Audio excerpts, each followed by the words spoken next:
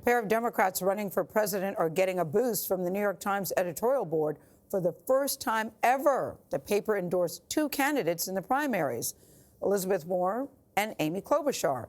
The Times says that Warren is the best leftist candidate, while Klobuchar is a centrist choice. They and their Senate colleagues are squeezing in campaign appearances before the impeachment trial.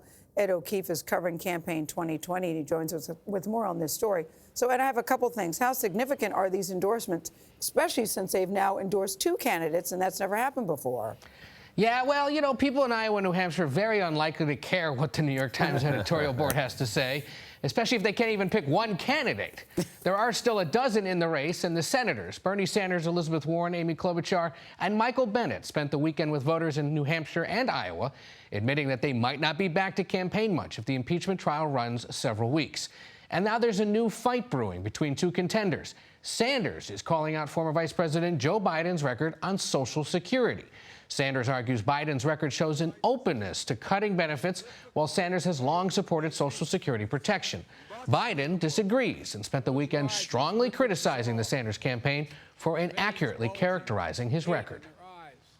I have been a gigantic supporter of Social Security from the beginning, and I have a detailed plan as what to do with Social Security to make sure that the good news is people are living longer.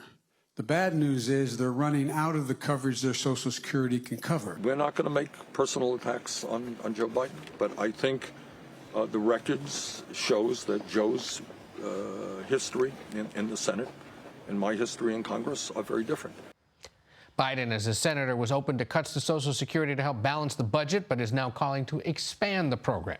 Today, most of the candidates will end up in Iowa at what organizers call the Brown and Black Forum, an event held every 4 years before the caucuses to discuss issues of concern to Black and Latino voters who make up a small, but in close elections like this year, important percentage of people in the state. Tony. All right, Ed, thank you very much.